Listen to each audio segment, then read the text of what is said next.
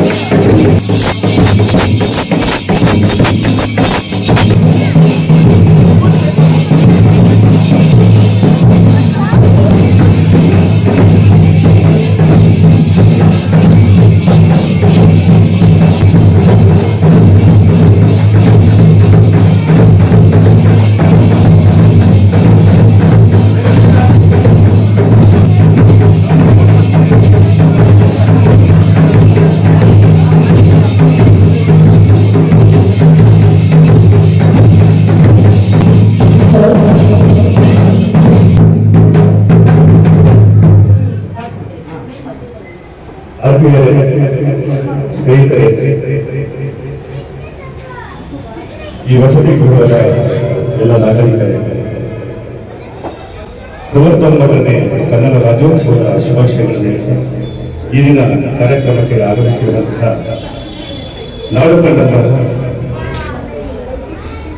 ಅಧ್ಯಕ್ಷರು ಕರ್ನಾಟಕ ಮಹಿಳಾ ಆಯೋಗದ ಡಾಕ್ಟರ್ ನಾಗಲಕ್ಷ್ಮಿ ಚೌಧರಿ ಅವರು ಈ ಒಂದು ಕಾರ್ಯಕ್ರಮಕ್ಕೆ ಆಗಮಿಸಿದ್ದಾರೆ. ಅವರಿಗೆ ತಮ್ಮೆಲ್ಲರ ಪರವಾಗಿ ನಾನು ಸ್ವಾಗತವನ್ನು ಕೋರುತ್ತಾ ಈಗ ಧ್ವಜಾರೋಹಣ ಕಾರ್ಯಕ್ರಮವನ್ನು ನೆರವೇರಿಸುತ್ತಿದ್ದಾರೆ. ದಯವಿಟ್ಟು ಎದ್ದು ನಿಂತು ಧ್ವಜಾರೋಹಣದಲ್ಲಿ ಭಾಗವಹಿಸಿ ಜೈ ಭಾರತ ಜನನಿ ಅದರ ಜೊತೆ ನಾಡಗೀತೆಯನ್ನು ಆಡಬೇಕು ಅಂತ ನಾನು ಕೇಳ್ಕೊಳ್ತಾ ಇದ್ದೀನಿ.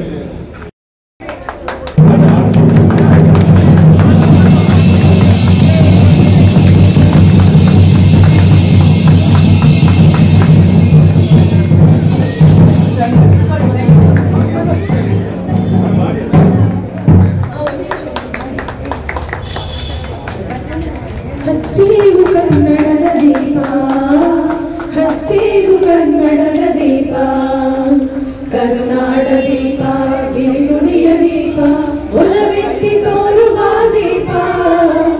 ಹಚ್ಚೇವು ಕನ್ನಡದ ದೀಪ, ಹಚ್ಚೇವು ಕನ್ನಡದ ದೀಪ. ಬಹುದಿನಗಳಿಂದ ಮೈಮರೆವೆಯಿಂದ ಕೂಡಿರುವ ಕೊಳೆಯ ಕೊಚ್ಚೇವು. ಎಲ್ಲೆಲ್ಲಿ ಕನ್ನಡದ ಕಂಪು ಸೂಸಲು ಅಲ್ಲಲ್ಲಿ ಕನ್ನಡ ಚಾಚೇವು. ಬಹುದಿನಗಳಿಂದ ಮೈಮರೆವೆಯಿಂದ ಕೂಡಿರುವ ಕೊಳೆಯ ಕೊಚ್ಚೇವು. ಎಲ್ಲೆಲ್ಲಿ ಕನ್ನಡದ ಕಂಪು ಸೂಸಲು ಅಲ್ಲಲ್ಲಿ ಕನ್ನಡ ಚಾಚೇವು.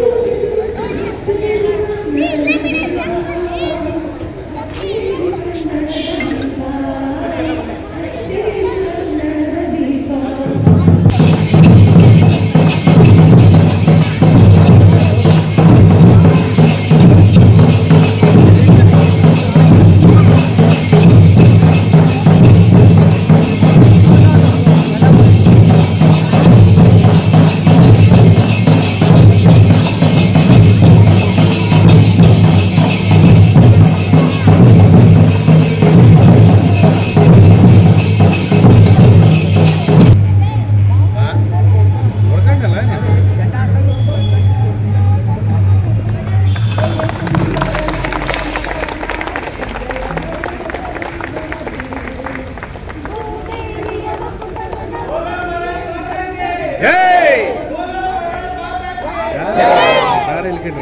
ಭುವನೇಶ್ವರಿಗೆ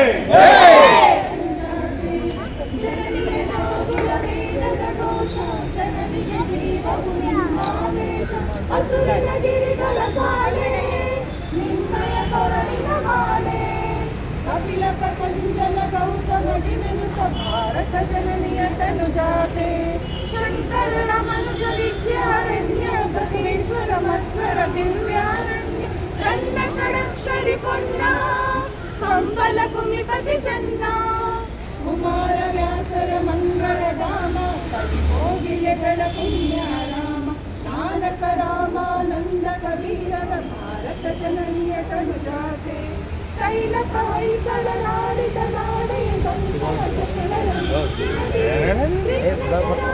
ತುಂಗ ಕಾವೇರಿಯವರ ರಂಗ ಚೈತನ್ಯ ಪರಮಹಂಸ ವಿವೇಕರ ಭಾರತ ಜನನಿಯ ತನುಜಾತೆ ಸರ್ವ ಜನಾಂಗದ ಶಾಂತಿಯ ಹಿಂದೂ ಕ್ರೈಸ್ತ ಮುಸಲ್ಮಾನ ಪಾರಸಿಕ ಜೈನರು ಜನಕನ ಹೋಲುವ ದೊರೆಗಳ ಧಾಮ ಗಾಯಕ ವೈದಿಕರ ರಾಮ ಕನ್ನಡ ನುಡಿ ಕುಣಿದಾಡುವ ಗೇಹ ಕನ್ನಡ ತಾಯಿಯ ಮಕ್ಕಳ ದೇಹ ಭಾರತ ಜನನಿಯ ತನುಜಾತೆ ಜಯ ಹೇ ಕರ್ನಾಟಕ ಮಾತೆ ಜಯ ಹೇ ಕರ್ನಾಟಕ ಮಾತೆ ಜಯ ಹೇ ಕರ್ನಾಟಕ ಮಾತೆ.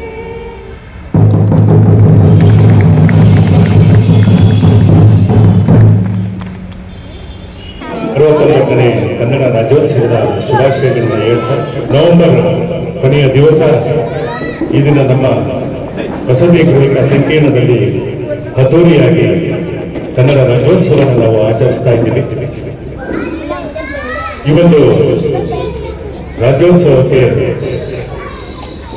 ಆಗಮಿಸಿರುವಂತಹ ನಮ್ಮ ನಿಮ್ಮೆಲ್ಲರ ಪ್ರೀತಿಯ ನಾಡು ಕಂಡಂತಹ ಕರ್ನಾಟಕ ಮಹಿಳಾ ಆಯೋಗದ ಅಧ್ಯಕ್ಷರಾದಂತಹ ಡಾಕ್ಟರ್ ನಾಗಲಕ್ಷ್ಮಿ ಚೌಧರಿ ಅವರು ಆಗಮಿಸಿದ್ದಾರೆ. ಅವರಿಗೆ ನಾನು ತಮ್ಮೆಲ್ಲರ ಪರವಾಗಿ ನಾನು ಸ್ವಾಗತವನ್ನು ಕೋರ್ತಾ ಇದ್ದೇನೆ. ಇವತ್ತು ಈ ಒಂದು ಕಾರ್ಯಕ್ರಮದ ಸ್ವಾಗತವನ್ನ ನಮ್ಮ ವೇದ ಪ್ರಕಾಶ್ ಅವರು ನೆರವೇರಿಸಿಕೊಡ್ತಾರೆ. ಕನ್ನಡ ರಾಜ್ಯೋತ್ಸವ ಶುಭಾಶಯಗಳು. ಈ ಕಾರ್ಯಕ್ರಮಕ್ಕೆ ಸಂತೋಷವಿದೆ. ಆಗಾಮಿ ಮತ್ತು ಕರ್ನಾಟಕ ಮಹಿಳಾ ಆಯೋಗದ ಡಾಕ್ಟರ್ ನಾಗಲಕ್ಷ್ಮಿ ಚೌಧರಿ ಅವರಿಗೆ ನಮ್ಮ ಅಸೋಸಿಯೇಷನ್ ಹಾಗೂ ನಮ್ಮೆಲ್ಲರ ಪರವಾಗಿ ಸ್ವಾಗತ. ನಮ್ಮ ಅಸೋಸಿಯೇಷನ್ ಅಧ್ಯಕ್ಷ ಶ್ರೀ ಸಿದ್ದಪ್ಪಾಜಿ ಮತ್ತು ಶ್ರೀ ಸತ್ಯನಾರಾಯಣ ದಾಸ್ ಅವರಿಗೂ ಕೂಡ ತಮ್ಮೆಲ್ಲರ ಪರವಾಗಿ ಸ್ವಾಗತ ಬಯಸುತ್ತೇನೆ. ಅಸೋಸಿಯೇಷನ್ ಎಲ್ಲವರೆಗೂ ಕನ್ನಡ ರಾಜ್ಯೋತ್ಸವಕ್ಕೆ ಶುಭಾಶಯಗಳು. ಜೈ ಹಿಂದ್, ಜೈ ಭಾರತ್. ಕಡಲ ತೀರದಲ್ಲಿ ಕಪ್ಪೆ ಚಿಪ್ಪಂತ ಕಂಡೆ, ಕಡಲ ತೀರದಲ್ಲಿ ಕಪ್ಪೆ ಚಿಪ್ಪಂತ ಕಂಡೆ, ಆ ಚಿಪ್ಪಿನೊಳಗೆ ಮುತ್ತೊಂದ ಕಂಡೆ, ಆ ಮುತ್ತಿನೊಳಗೆ ಮುತ್ತಿನಂತ ಕನ್ನಡಿಗರ ಕಂಡೆ, ಆ ಮುತ್ತಿನೊಳಗೆ ಮುತ್ತಿನಂತ ಕನ್ನಡಿಗರ ಕಂಡೆ, ಆ ಕನ್ನಡಿಗರೆಲ್ಲರನ್ನು ನಾನು ನೀವೆಂದುಕೊಂಡು, ಆ ಕನ್ನಡಿಗರೆಲ್ಲರನ್ನು ನಾನು ನೀವೆಂದುಕೊಂಡು ಸಂತೋಷದಿಂದ ಈ ಚಿಕ್ಕದಾದಂತಹ ಚೊಕ್ಕದಾದ ಕಾರ್ಯಕ್ರಮಕ್ಕೆ ಆಗಮಿಸಿದ್ದಾರೆ. ಅವರು ಕರ್ನಾಟಕ ರಾಜ್ಯದಲ್ಲಿ ಮಹಿಳಾ ಆಯೋಗ ಏನೆಲ್ಲ ಕೆಲಸ ಮಾಡಬಹುದು ಅಂತ ತೋರಿಸ್ಕೊಟ್ಟವರು ನಮ್ಮ ಮೇಡಮ್ಮ ಅಂತ ಹೇಳಿದ್ರೆ ನಾವು ತಪ್ಪಾಗಬಾರದು. ಅನೇಕ ಕಡೆ ಕತ್ತಲೆ ಇದ್ದ ಊರಿಗೆ ಬೆಳಕನ್ನು ನೀಡಿದ್ದಾರೆ, ದಾರಿ ಇಲ್ಲದ ಊರಿಗೆ ದಾರಿಗಳನ್ನು ನೀಡಿದ್ದಾರೆ. ಹೆಣ್ಣು ಮಕ್ಕಳು ಯಾರೇ ಕುಂದುಕೊರತೆಗಳನ್ನು ಹೇಳಿದರೆ ಆನ್ ದಿ ಸ್ಪಾಟ್ ಸ್ಥಳದಲ್ಲಿಯೇ ಆ ಕನ್ಸರ್ನ್ ಡಿಪಾರ್ಟ್ಮೆಂಟ್ಗೆ ದೂರವಾಣಿಯ ಮುಖಾಂತರ ಹೇಳಿ ಅದನ್ನು ಸಹ ಅವರು ತೀರ್ಮಾನವನ್ನು ಮಾಡಿಸಿದ್ದಾರೆ. ಅಂತಹ ಒಂದು ದಿಟ್ಟ ಮಹಿಳೆ ಅಂತ ಹೇಳಿದರೆ ತಪ್ಪಾಗಲಾರದು. ಹೆಣ್ಣಿಂದಲೇ ಇಹವು, ಹೆಣ್ಣಿಂದಲೇ ಪರವು, ಹೆಣ್ಣಿಂದಲೇ ಸಕಲ ಸಂಪದವು, ಹೆಣ್ಣು ವಲ್ಲದಣ್ಣಗಳು ಯಾರ ಸರ್ವಜ್ಞ ಅಂತ ಹೇಳಿದರೆ ಸರ್ವಜ್ಞ. ಅಕ್ಕನಾಗಿ, ತಂಗಿಯಾಗಿ, ತಾಯಿಯಾಗಿ, ಎಲ್ಲರಾಗಿ ನಮಗೆ ಹೆಣ್ಣು ಬೇಕು. ಮೇಡಮ್ಮರು ತಮ್ಮ ಪ್ರತಿಭೆಯನ್ನ ಹಾಗೂ ಅವರ ಒಂದು ದಿಟ್ಟ ಹೆಜ್ಜೆಯನ್ನ ಹೀಗೆ ಮುಂದುವರಿಸಿ ಈಗ ಸೂರ್ಯ ತೀಕ್ಷ್ಣವಾಗಿದ್ರೆ ಚಂದ, ಸೂರ್ಯ ತೀಕ್ಷ್ಣವಾಗಿದ್ರೆ ಚಂದ್ರ, ಚಂದ್ರ ತಂಪಾಗಿದ್ರೆ ಚಂದ. ನಮ್ಮ ನಾಗಲಕ್ಷ್ಮಿ ಮೇಡಮ್ನವರು ನಗುನಗ್ತಾ ಇದ್ರೆ ಚಂದ. ಆ ನಗುವಿನಲ್ಲಿ ಕನ್ನಡದ ಪದ ಕೇಳಕ್ಕೆ ಇನ್ನೂ ಚಂದ ಅಂತ ಹೇಳ್ತಾ, ಅವರಿಗೆ ಸಮಯದ ಅಭಾವ ಇರೋದ್ರಿಂದ ಈ ಕಾರ್ಯಕ್ರಮವನ್ನು ಉದ್ದೇಶಿಸಿ ಒಂದೆರಡು ಮಾತಾಡಬೇಕು ಅಂತ ನಾನು ಕೇಳ್ಕೊಳ್ತಾ ಇದ್ದೀನಿ. ಎಲ್ರಿಗೂ ನಮಸ್ಕಾರ. ನನ್ನನ್ನು ಇಷ್ಟೊಂದು ಪ್ರೀತಿಯಿಂದ ಕರೆದಂಥ ಸತ್ಯನಾರಾಯಣನ ಸಿದ್ದಪ್ಪಣ್ಣ ಮತ್ತು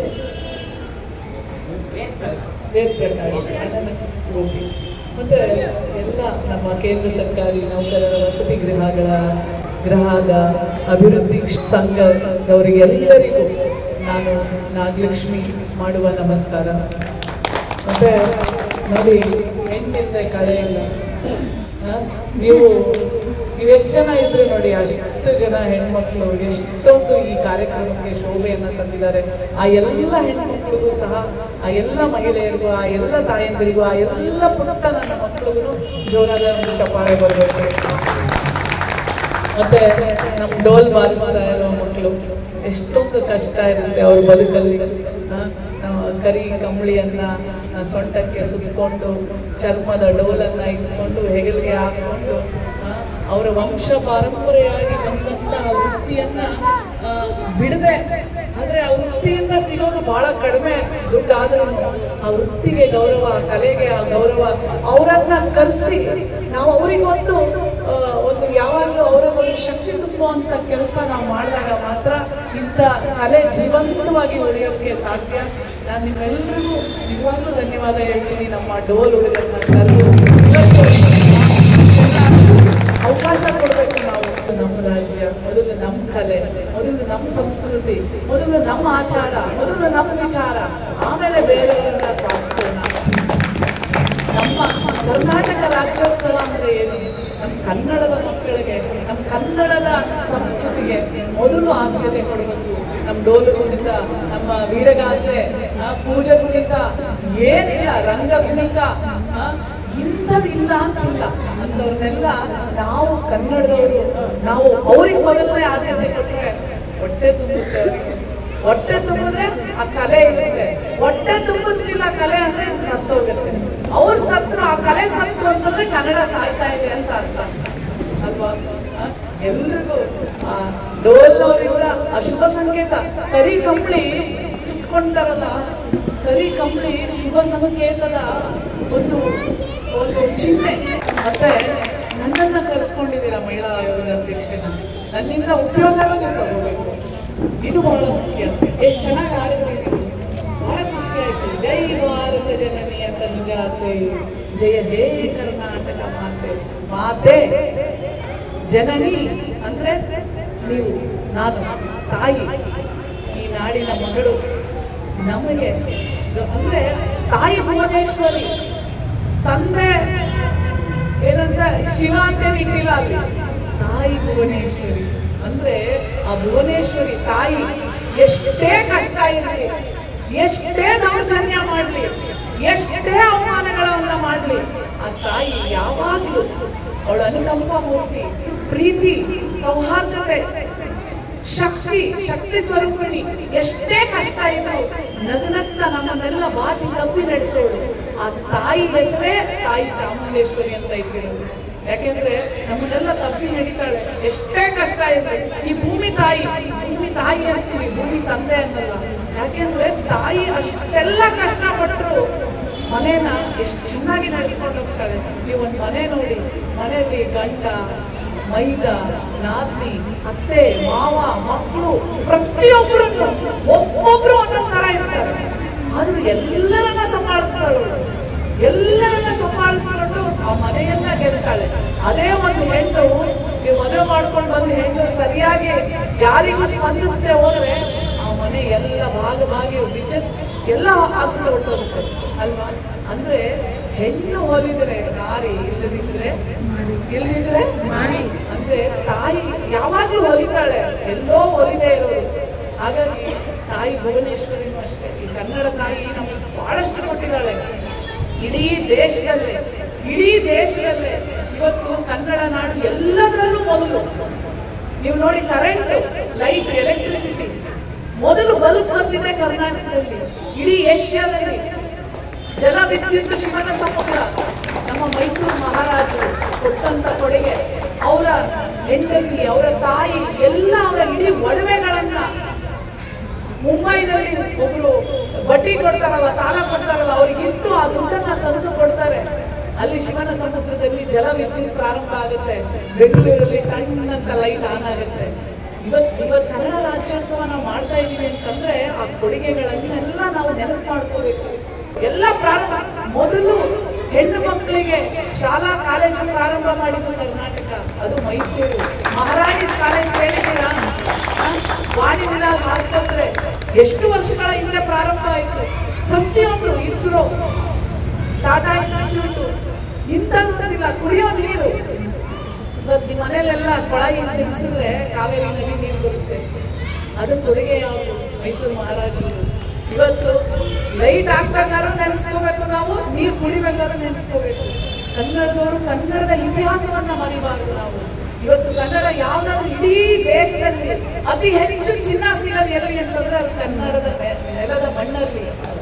we are the highest producers of gold. ನಾವು ಇಡೀ ದೇಶದಲ್ಲಿ ಚಿನ್ನ ಸಿಗೋ, ಅತಿ ಹೆಚ್ಚು ಚಿನ್ನ ಸಿಗುವಂತ ಭೂಮಿ ಇದ್ರೆ ಅದು ಕನ್ನಡ ನಾಡು. ಶ್ರೀಗಂಧ, ಅತಿ ಹೆಚ್ಚು ಶ್ರೀಗಂಧ ಸಿಗೋದು ಕನ್ನಡ ನಾಡಲ್ಲಿ.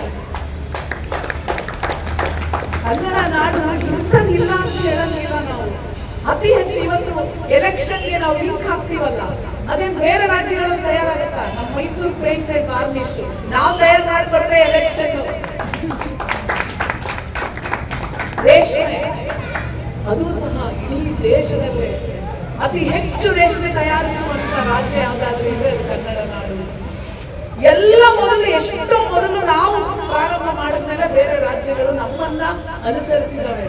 ಕನ್ನಡ ತಾಯಿ ಎಲ್ಲರಿಗೂ ಅಂದ್ರೆ ಒಂದು ಹೆಚ್ಚಿನ ಮಹತ್ವ ಉಳ್ಳವಳು ಕನ್ನಡ ತಾಯಿ. ಈ ಭಾರತ ದೇಶದಲ್ಲಿ ಮೊದಲಿಗೆ ಕನ್ನಡ ತಾಯಿ ಬಹಳಷ್ಟು ಕೊಡುಗೆಗಳನ್ನ ಕೊಟ್ಟಿದ್ದಾಳೆ.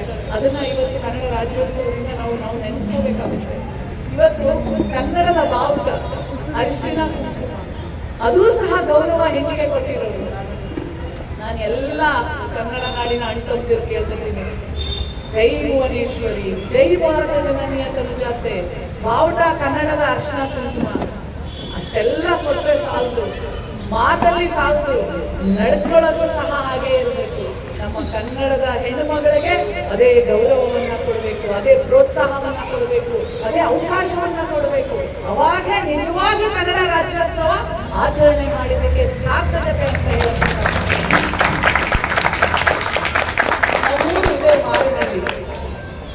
ನೀವೆಲ್ಲ ನನ್ನ ಅಣ್ತಂದಿರು, ನೀವೆಲ್ಲ ನನ್ನ ಮನೆಯವರು.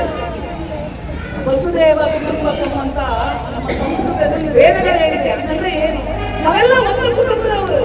ಈ ಜಾತಿ ಧರ್ಮ ಬಂದು ನಮ್ಮನ್ನೆಲ್ಲ ಒಡೆದಾಕ್ಬಿಟ್ಟಿದೆ ಅಷ್ಟೇ.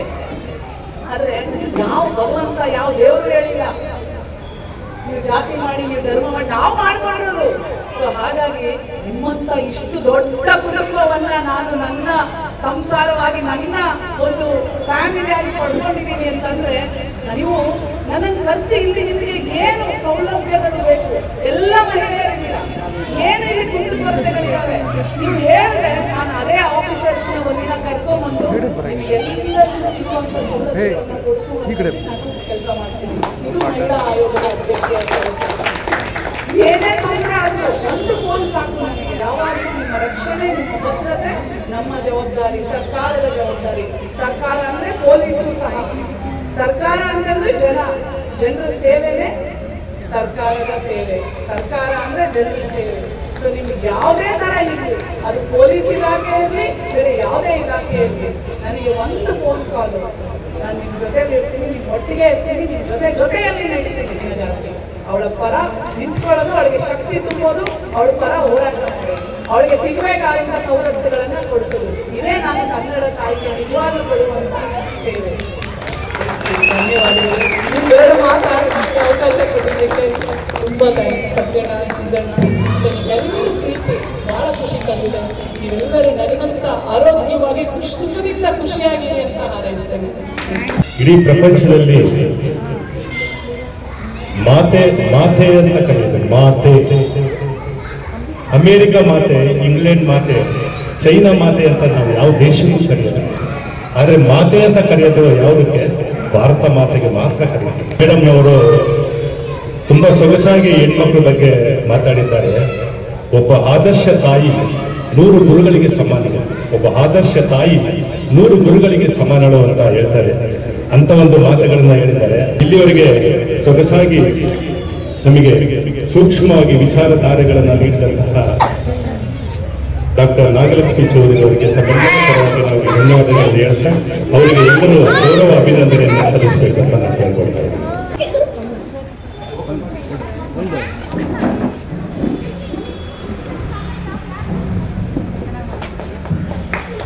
ಜೋರಾದ ಚಪ್ಪಾಳೆ.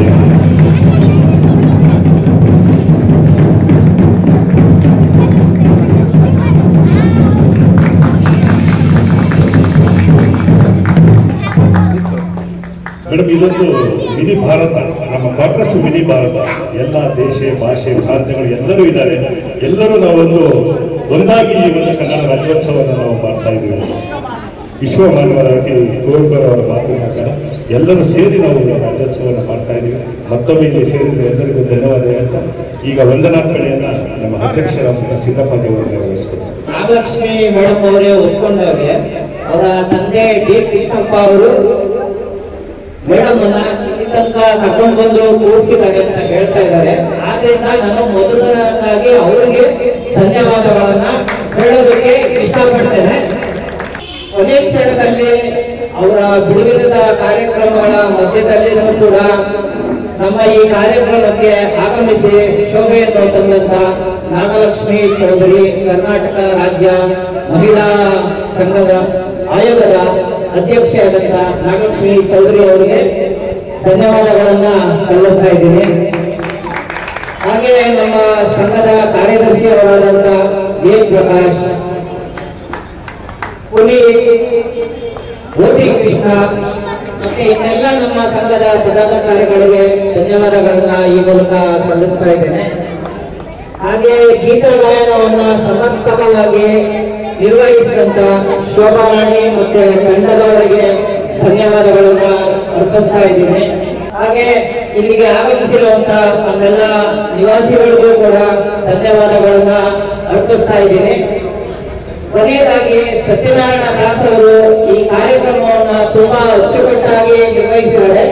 ಅವ್ರಿಗೂ ಕೂಡ ಈ ಮೂಲಕ ನನ್ನ ಧನ್ಯವಾದಗಳನ್ನ ಅರ್ಪಿಸ್ತಾ ಇದ್ದೀನಿ. ಎಲ್ಲರಿಗೂ ಒಳ್ಳೆಯದಾಗಲಿ. ಜೈ ಭುವನೇಶ್ವರಿ, ಭಾರತ ಮಾತೆಗೆ ಜಯವಾಗಲಿ.